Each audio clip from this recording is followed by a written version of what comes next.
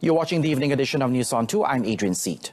Now, 17 students from SMK Bayan Lepas were taken ill after a chemical gas leak occurred in one of the school's science laboratories in Pulau Pinang today. The students were given oxygen by the first aid responders from the State Fire and Rescue personnel who had rushed to the scene after receiving a distress call. Pulau Pinang Fire and Rescue Department Fire Operation and Safety Officer Superintendent Nafis Arif Abdullah, who confirmed the incident, said that most students were evacuated as a precaution. Some of the students were said to have inhaled the airborne vapors, and after carrying out investigations, authorities said the gas was believed to be iodine. Meanwhile, State Executive Councillor P. Boon Po said he was informed that it was a chemical leak and that a small fire as well as an explosion ensued soon after. The incident happened just as Bayan Lepas was drenched with heavy rainfall. Now, Prime Minister Tun Dr. Mahathir Mohamad underscored the importance of resisting temptation and performing good deeds during the fasting month, which began today. He said Ramadan is an excellent training period for Muslims to rein in their desires and resist temptation, especially in matters which could compromise their integrity.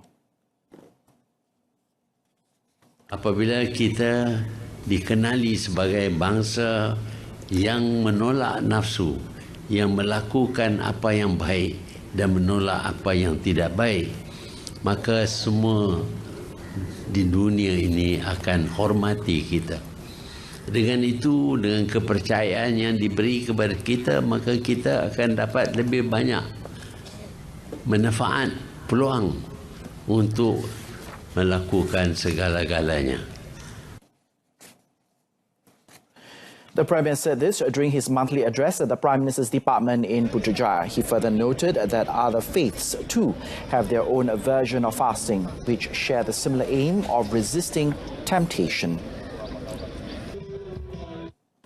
The Independent Police Complaints and Misconduct Commission, or IPCMC, can only be implemented after obtaining full support from members and officers of the Royal Malaysian Police Department, or PDRM.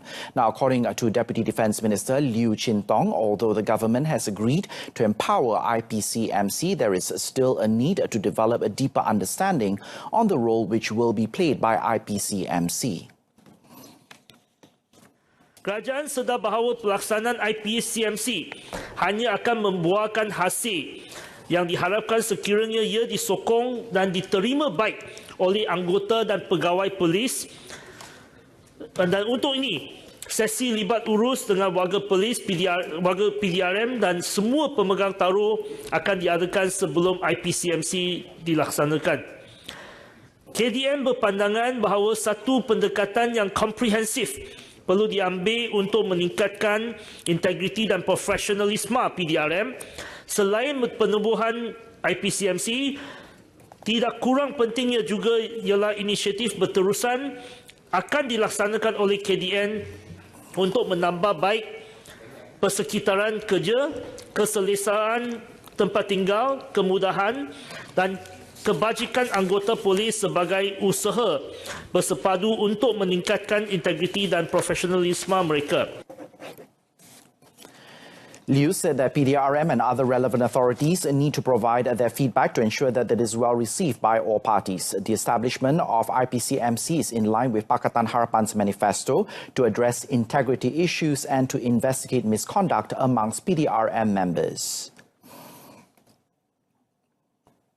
Argentina's Vice President Marta Gabriela Micheletti's visit to Malaysia is aimed at reinforcing the bilateral trade and investment between both countries. Now, International Trade and Industry Minister Datuk Darrell Ley King said that the visit will also help create economic growth through various partnerships. Datuk Darrell said the government of both countries and businessmen from Argentina and Malaysia need to work together and explore opportunities that will benefit both countries.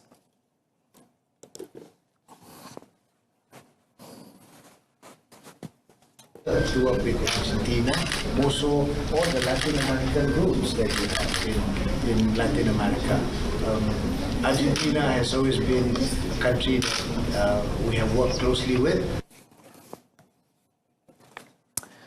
Dato' Darrell said this after receiving a courtesy call from Argentina's Vice President Martha Gabriela in Kuala Lumpur today. Argentina is Malaysia's third largest trading partner amongst Latin American countries after Brazil and Mexico, with a total trade of 5.39 billion ringgit.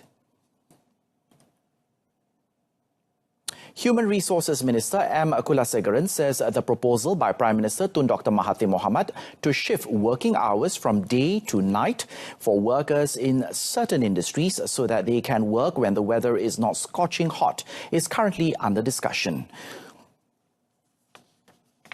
Itu cadangan Perdana Menteri. Kita akan halusi dengan menumbuhkan. Hari saya sudah bagi tahu menumbuhkan satu jawatan kuasa dan tengok macam mana. Ini dibuat di banyak negara juga. Yang di mana waktu cuaca ini terlampau panas. Jadi itu cadangan beliau dan kita akan halusilah perkara itu. Kula said this after witnessing the signing of Memorandum of Understanding or MOU between MySkills Foundation and HSBC Malaysia. Recently, Tun Dr. Mahathir said such working hours were not unheard of, noting that in certain countries during the fasting month, Muslims slept during the day and worked during the night. The increase in the level of education and salaries offered to locals, which does not match the professions offered in the job market, is amongst the factors which explain the country's reliance on foreign labour. Now, speaking in Parliament today, Human Resources Deputy Minister Dato' Mahfuz Omar said the country's labour sector has also stunned as it is heavily dependent on semi-skilled workers compared to skilled workers. Dato' Mahfuz said this was the result of numerous dialogues and surveys done by various parties, including the Ministry of Human Resources. Sebab itu kalau dilihat berasaskan kepada rancangan Malaysia ke-11, kalau tahun 1990 iaitu 0.46% tenaga untuk mewujudkan untuk mencapai peningkatan 1% KDNK. Itu untuk 1990. Tapi sekarang untuk 2010 hingga 2014, 0.60% untuk yang sama, 1% KDNK. Jadi kita masih menggunakan tenaga buruh yang separuh mahir. Jadi sepatutnya industri kita ini sudah harus bergenjak kepada industri yang berasaskan kepada teknologi moden, apatah lagi dalam zaman IR 4.0 ini. Jadi kita rasa bahawa ini antara punca-punca yang menyebabkan kita masih lagi berada pada kadar kedudukan buruh yang lebih rendah. Jadi menyebabkan dia tidak menarik minat kepada anak-anak Malaysia untuk menyertai sektor-sektor ini. In order to increase local labour intake, the ministry also wants the recruitment of expatriates or trade officers, particularly those who earn 3,000 to 5,000 ringgit a month, to be reviewed as the job can be done by locals. As of the 31st of March 2019, the manufacturing sector recorded the highest number of registered foreign workforce, with a total of 702,294 people, followed by construction sector by 445,972, plantation sector by 279,252, service sector by 311,393 people, and the agriculture sector by 157,538. Barubian believes that the Works Ministry, despite the challenges faced, has performed admirably in his first year in office. Now, he said the abolishment of tolls for motorcyclists in Pulau Pinang and Johor to ensure the well-being of the rakyat is preserved is amongst the major achievements of his ministry. Speaking to reporters recently in a press conference held in conjunction with Pakatan Harapan's first year in power, Barubian says his ministry will continue to ensure infrastructure developments and the construction industry initiatives will benefit the rakyat. Bian said the toll abolishment for motorcycles in Pulau Pinang and Johor was enforced on the 1st of January in line with the announcement made by Finance Minister Lim Guan Eng during his speech at the 2019 budget last year.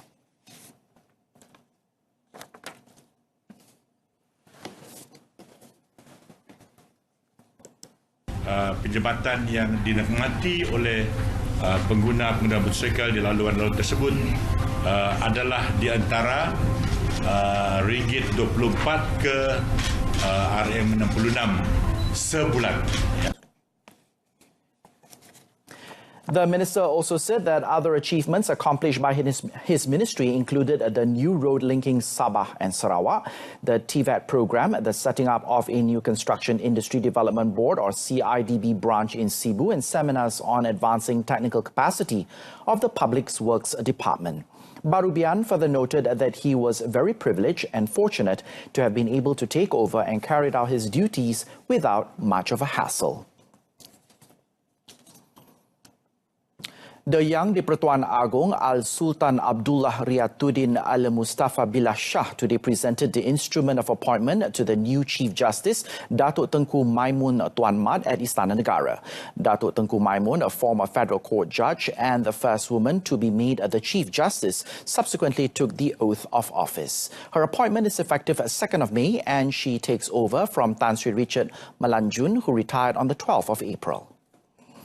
The event was attended by Prime Minister Tun Dr. Mahathir Mohamad, Deputy Prime Minister Datuk Sri Dr. Wan Azizah Wan Ismail, Minister in the Prime Minister's Department Datuk Liew Vui Keong, Chief Judge of Malaya Tan Sri Zahara Ibrahim, and Attorney General Tommy Thomas. Datuk Tengku Maimun, who will be 60 in July, is a graduate of University Malaya and began her career as a legal officer of the Kelantan Selatan Development Authority or KESEDA in 1982. In 1984, she took up the appointment as the legal officer at the Seremban Municipal Council for 2 years before joining the drafting division of the Attorney General's Chambers. She was also appointed as a Chief Registrar of the Federal Court in 2005, as a Judicial Commissioner in 2006, and as a High Court Judge in 2007. In 2013, she was promoted to be a Judge of the Court of Appeal and in November of last year, appointed as a Judge of the Federal Court. The Kuala Lumpur High Court was told today at Datuk Sri Najib Tun Razak's trial that the Retirement Fund Incorporated or KWAP breached its investment policy and guidelines or IPG when it approved a loan of 2 billion ringgit to One Malaysia Development Berhad or 1MDB wholly owned subsidiary SRC International Sdn Bhd in 2011. The prosecution's 29th witness, Amirul Imran Ahmad, testified that rules under paragraph 5 of the IPG were infringed upon when SRC International obtained a total of 4 billion ringgit from KWAP in two separate loan agreements of 2 billion ringgit each in 2011 and 2012, respectively. Amirul, referring to SRC, said this is because the loan to SRC had exceeded the company's shareholders' equity limit, as they had only 1 billion ringgit in total equity, but the loan application that have been authorized amounted to 4 billion ringgit. Amirul previously worked as KWAP's Fixed Income Department Assistant Vice President from January of 2011 to August of 2013 and was involved in the approval procedures that went on to approve the eventual 4 billion ringgit loan offered to SRC International. Today marks the 13th day of the former Prime Minister's trial on 7 charges of criminal breach of trust and laundering 42 million ringgit funds belonging to SRC International. The Tawau branch of the Malaysia Anti-Corruption Commission or MACC in Sabah is currently on the hunt for 5 individuals to assist in the trial involving the commission. All 5 individuals were identified as Bujang Lasa Manaja, Nuri Alsa Mintayu, Nasal Mintanyu, Mulyana Mintanyu and Kamal Mintanyu, aged between 19 and 52 years old, are previously believed to be residing in Kampung Bangau-Bangau, Sempurna. Anyone who has any information regarding these individuals are urged to contact the investigating officer, Senior Assistant Superintendent Susilawati Sino at 013-8877-033. 2 men were killed in a road accident when the car they were travelling in collided with a 4-wheel drive in Kota Belud, Sabah, earlier today. Now, during the incident along Jalan Kampung Kelawat, a woman also suffered serious injuries while a man survived with minor injuries. According to a statement by Sabah Fire and Rescue Department, both victims who were trapped were pronounced dead by medical officers on site. 2 other injured victims were sent to Kota Belud Hospital for treatment by passers-by. Fire rescuers received an urgent call regarding the accident at 5:51 a.m. and quickly dispatched 2 fire engines and 9 firefighters to the scene, led by Kota Belud Fire Chief Roslan Osman. Meanwhile, in Tanjung Malimpera, a woman killed in an accident involving a lorry and a trailer along kilometer 392 of the North-South Highway early today, while 2 others survived with injuries. According to a spokesperson of Perak Fire and Rescue Department, they received a distress call regarding the incident at 7 a.m. before a team was dispatched to the scene. During the incident, a man who was the lorry driver and a little girl suffered minor injuries. The female victim, who was found trapped in the lorry, however, was confirmed dead at the scene by medical personnel. The body was then handed over to the police for further investigation, while the injured victims were sent to Slim River Hospital for further treatment. The rescue operation concluded at 8:13 a.m.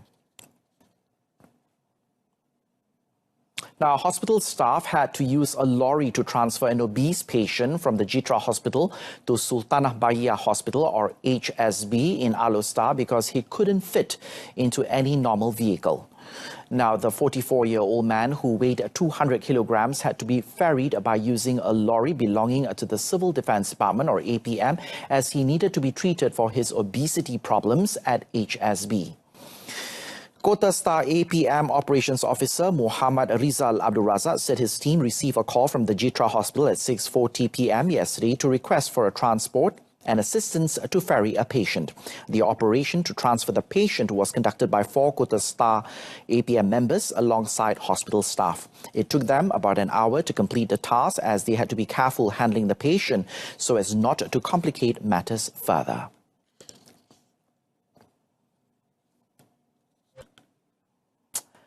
And on that, we conclude this evening's edition of News on 2. In our top story, 17 students become ill from chemical leak at school lab in Pulau Pinang. Join us again at 12:30 tomorrow afternoon for more news updates. Until then, stay tuned to TV2 and have a pleasant evening.